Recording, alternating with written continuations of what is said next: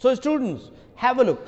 Our next poem, we are going to discuss about the next poem, and that is Keeping Quiet, poem number 3 of your main book Flamingo. Keeping quiet.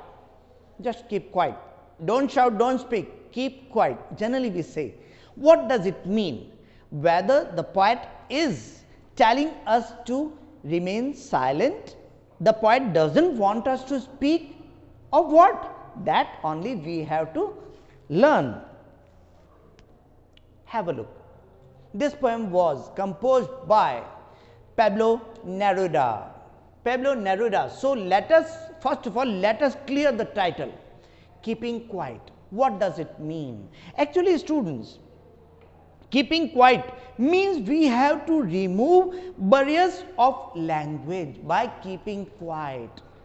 Just let me give you an example. Suppose 5 people are sitting in one room, means collectively 5 people of different nations are sitting. We do not know where they all are from individually, but we 5 people are sitting. We all are keeping quiet. It means we have no malice, we have no ill will, we have no bad feelings for one another. We are behaving very friendly with one another, with each other. Okay? You know, we don't have very good relationship with China nowadays. We don't have very good mutual understanding with Pakistan or maybe Bangladesh. But suppose coincidentally one Chinese looking like that of Japanese or maybe Korean, but one Chinese is sitting, one Pakistani is sitting, one Bangladeshi is sitting, but we do not know. So, we are just behaving friendly. But as soon as we start our own language, Pakistani starts his own language, Chinese starts his own language, then only we come to know, oh, he is Pakistani, he is Chinese. It means that language has created, once again, has created that much difference between the two or between all of us. Yes. So, we can say keeping quiet means for a while just stop uttering even a single word. 1. Just stop doing whatever you are. Yes, stop doing that. So many benefits will be there. Number 2, just stop moving here and there, rushing about. Just stop rushing about. Number 3, in this way we will be able to give time to ourselves. What wrong we have done to ourselves in this race, blind race of mankind. So, the poet, in short, suppose you may be asked in one word, tell the theme of this poem, Keeping Quiet. In one word, what will be? And that will be introspection. Introspection means self-brooding, self-analysis. What are we? What are we doing? And what have we done to ourselves as well as this mankind? So, all these things we have to discuss now. So, self-introspection is very much important in this poem as a theme. Okay? Have a look. The poet Pablo Neruda suggests that he will count up to 12. Up to 12, not merely 12. 1, 2, 3, 4, not like that. Up to 12 means for a while, for a short while. Just stop doing whatever you are doing, whatever you are. So, just count up to 12. I will, the poet is saying, I will count up to 12, and till then nobody will move his limbs, nobody will utter even a single word. And we all keep still. Still means motionless, still means peaceful, without speaking. The purpose of this exercise, of this act, according to the poet, is to create a sense of togetherness. What I told you in the beginning when I was citing an example, that if we all are keeping quiet, speaking nothing in our own languages, then we will be behaving like that of togetherness. We will be feeling like together, we all are together. We will be enjoying that togetherness in the minds of all people, that will be going on. Okay. In the 12 seconds of silence, 12 seconds doesn't mean 12 seconds literally. No, that means for a while only. Okay. In the 12 seconds of silence, that the poet wishes to observe. He wants all the people on earth to not talk in any language. We have already discussed, we are not supposed to utter even a single word in any language of our own. In this way, we will be keeping quiet and nobody will come to know who we are, what we are, and in this way, we all will be enjoying this so-called togetherness, right? He feels that it would be an exotic moment. This is very important, student. Exotic. Exotic means full of excitement, full of adventure, means new feelings will be there. So, it will be really an exciting moment with silence. We human beings cannot keep quiet, especially when we are in the company of other people and we have been told to keep quiet. This is really very difficult and very strange for us to keep quiet. But still, we have been told to keep quiet. It means that moment will be really exotic. Okay. Next, there would be no rush. What I told you, we have been told to do nothing. Just keep sitting wherever you are and just keep quiet. In this way, we will not be moving about in a blind race. We will not be rushing here and there for this and that. We will be free and we will be in this way giving time to ourselves also.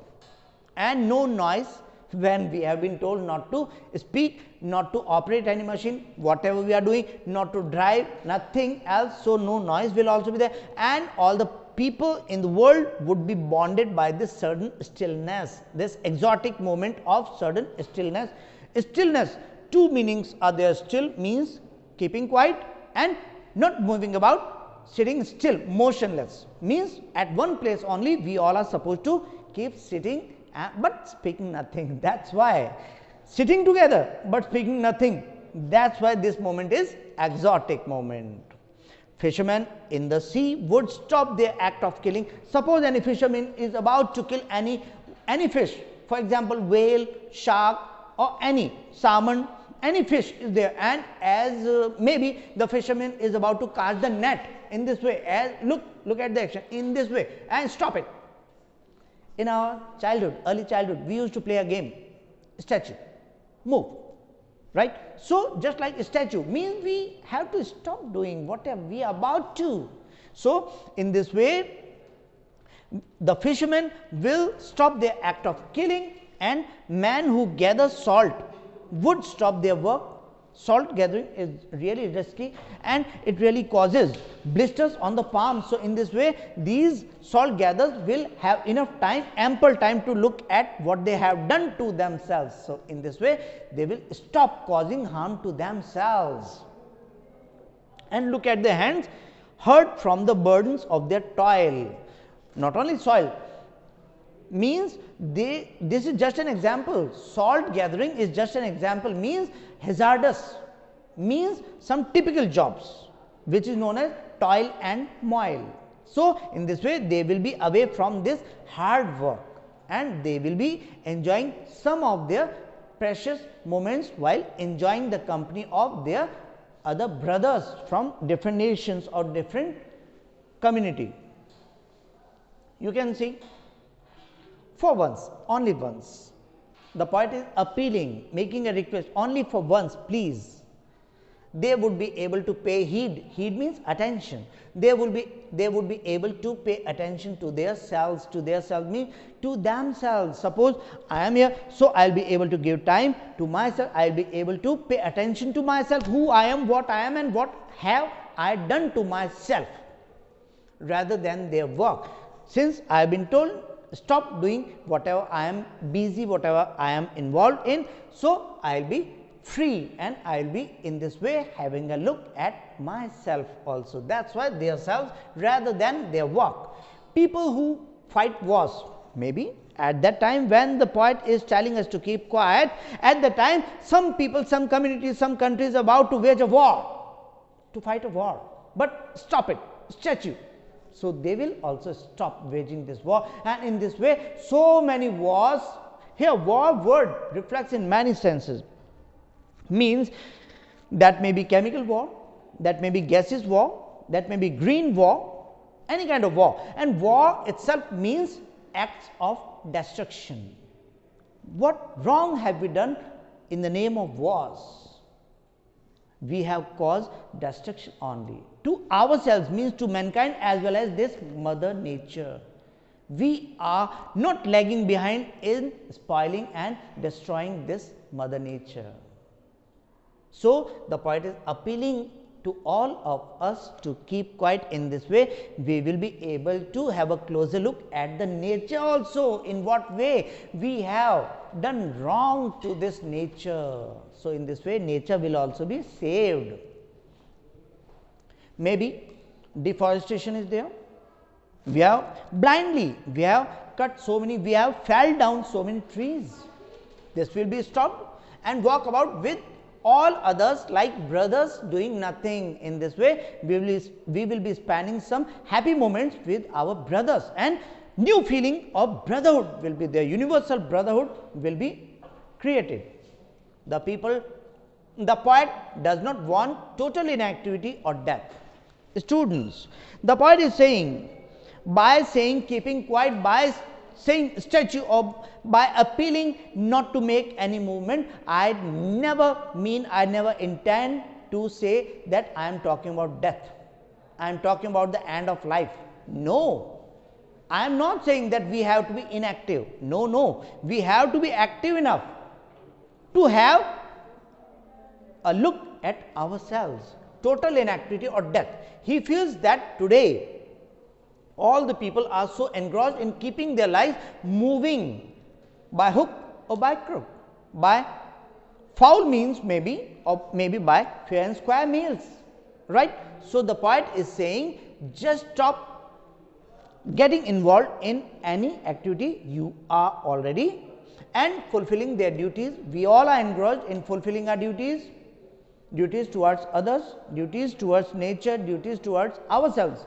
But somehow we are busy, that no one has time to think about themselves or others. We do not have to think about ourselves, we do not have enough time to think about our neighbors, even about our family members in the same family. We do not have time because we are so busy moving about in the rush of life.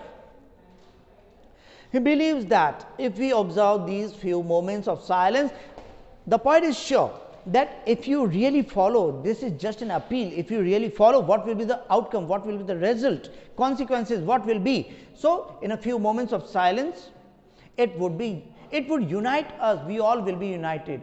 You know, there is a proverb, united we stand, divided we fall. So, there will be no division, there is no question of division if we are speaking nothing, doing nothing. So, in this way, unitedly we will be sitting at one place, we will be enjoying the togetherness. Unite us in a strange silence and help us understand ourselves better. Objectives of life, purpose of life will be better understanding. It would foster a sense, it would rear up a sense of brotherhood and unity among us. We already discussed, according to the poet, we should all learn a lesson from the earth. You know, students, this mother earth, this nature teaches us a lot. Every next morning teaches us a lot. Every next day comes to us with so many tasks, so many lessons to learn. So, this mother earth teaches us a lot, who appears to be dead on the surface. But unfortunately, the poet is saying, the irony is, the nature gives us a lot, but in return what we are giving? We are just taking only. And the main principle of an ideal life is give and take. First of all, we are supposed to give something to this nature, then we should expect something from nature. But we human beings are so much engrossed in our own lives that we are gaining only, we are getting only, we do not know how to give. Obviously, we have to give also. We should all learn a lesson from the earth. Earth means mother earth, who appears to be dead on the surface, means we have left no stone unturned in spoiling, in destroying this mother nature, mother earth. But beneath the surface is amazing life. Yes, behind that, just stop doing whatever you are, and then you will find that this life is amazing, this nature is full of amazing things, amazing facts. Just focus on it, which proves that there can be life under apparent stillness. If we remain still, then also we can think of something positive aspects are also there. So, students, I hope you might have got this poem also. There is no problem, there is no doubt, no complications there, but in case you feel any doubt, you come across any doubts, just feel free, share with us. See you some other time. Till then, best of luck for your exams. Thank you.